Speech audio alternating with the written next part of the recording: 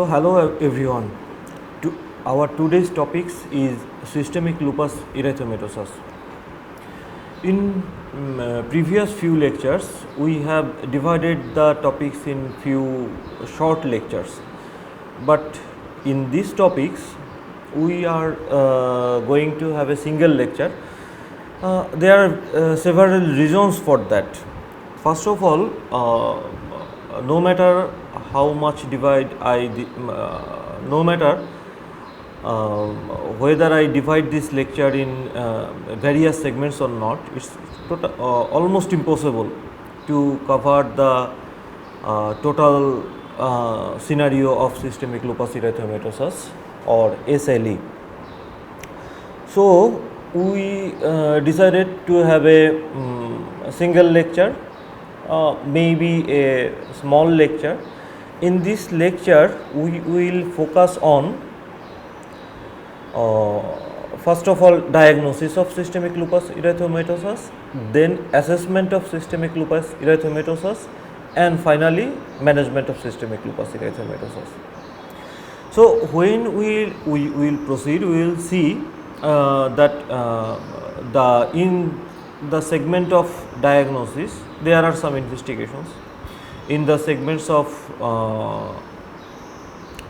assessment there are some investigations, and also in the management section there are some investigations. So investigations will be spreaded throughout several segments. So SLE is a multi-system disease. It can affect almost any parts of the body. The patient might present with hair fall, to gastroenteritis, maybe hepatitis, maybe nephrotic syndrome, many kinds of neurological disorder. It might be central nervous system or may affect peripheral nervous system, may presented with arthritis, joint disorder, may present with skin disease like rash and other conditions. So at a glance, SLE is a disease which can affect almost any organ or systems in the body. So even it might be present with fever with unknown origin. So the patient might visit a dermatologist, might visit a hepatologist, might visit a nephrologist, might visit a. But the main reason of the all kind of problem is there in the background. There is a connective tissue disorder, which is systemic lupus erythematosus.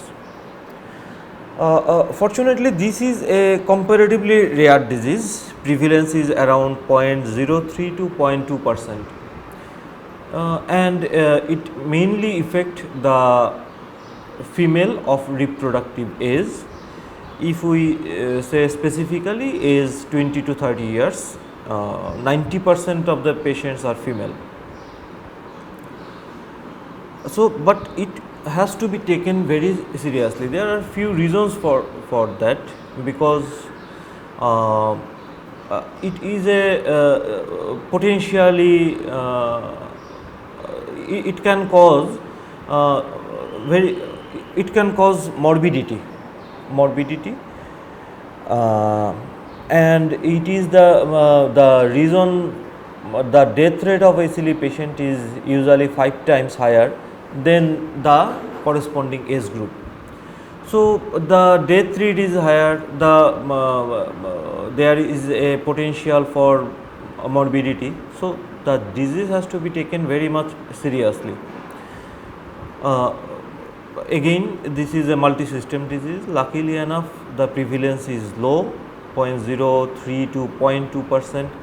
There is a female preponderance. 90% patients belong to the female gender, and the age range is 20 to 30 in most cases, but it could happen in any age. So we have already discussed the clinical features: fever, weight loss, mild lymphadenopathy, fatigue, low grade joint pain. It might be high grade joint pain also. So I am not going to discuss all the clinical features, because as it is a multi-system disease, the clinical features are plenty. So we will go directly to the first of all investigations, and then to how to diagnose a patient of SLE. So investigations are anti-nuclear antibody, anti-dsDNA antibody, serum C3, C4, routine hematological test, biochemistry, urine analysis, ESR, CRP, and there are various interpretation for this test.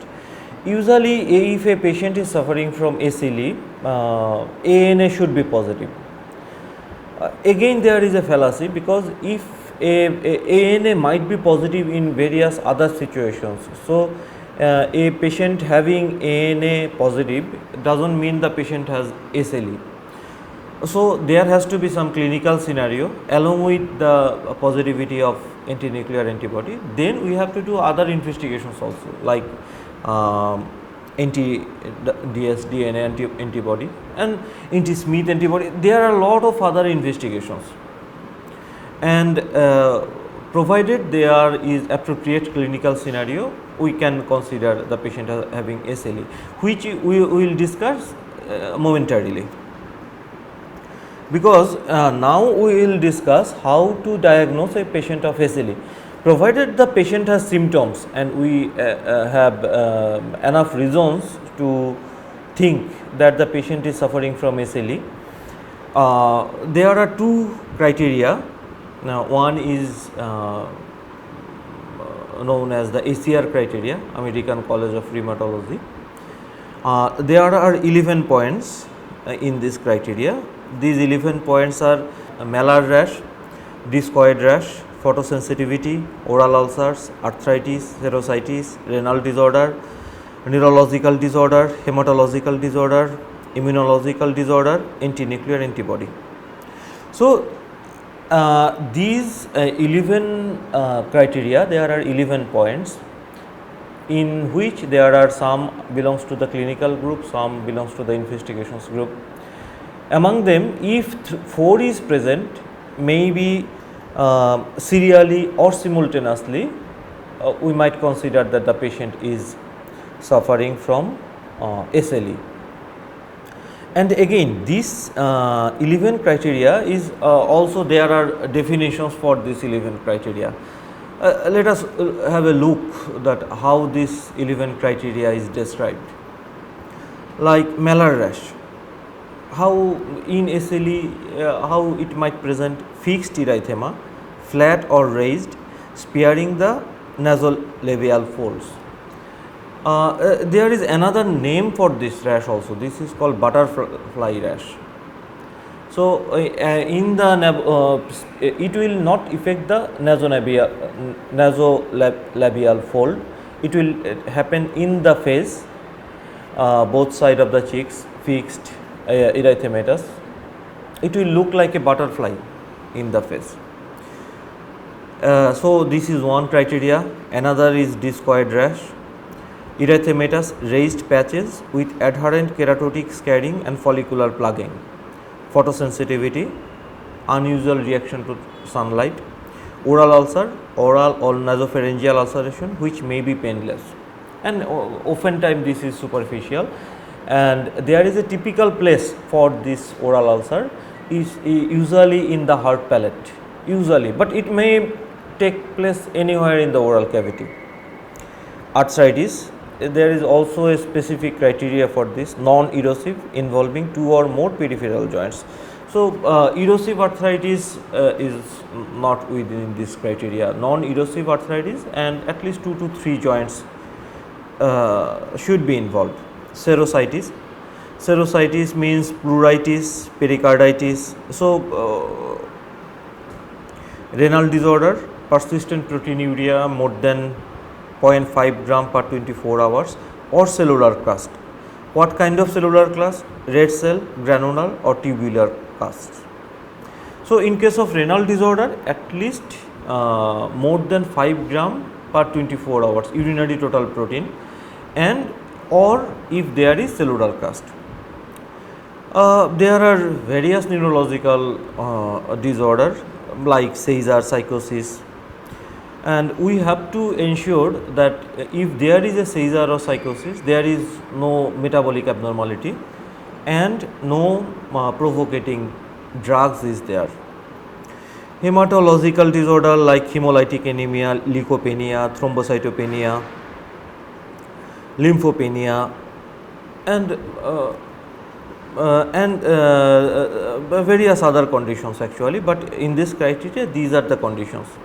Immunological, anti-dsDNA antibodies in abnormal titer or presence of antibody to anti-Smith antigen or positive anti-phospholipid antibodies. So, immunological we have 3 tests actually: anti-DS antibody, anti-Smith antibody and anti-phospholipid antibody, and finally one test anti-nuclear antibody. So, and this anti-nuclear antibody has to be tested in immunofluorescence. So, these are 11 criteria. Out of these 11 criteria, if 4 is present serially or sequentially, we should consider the patient might have systemic lupus erythematosus. So, let me repeat this again.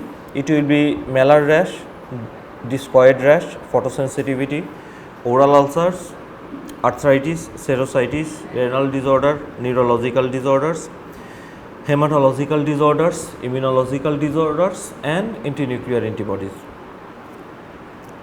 So, let us see another criteria. Almost same clinical features and investigations, but the diagnosis criteria is a bit different. This criteria is known as SLEEK classification criteria for SLE.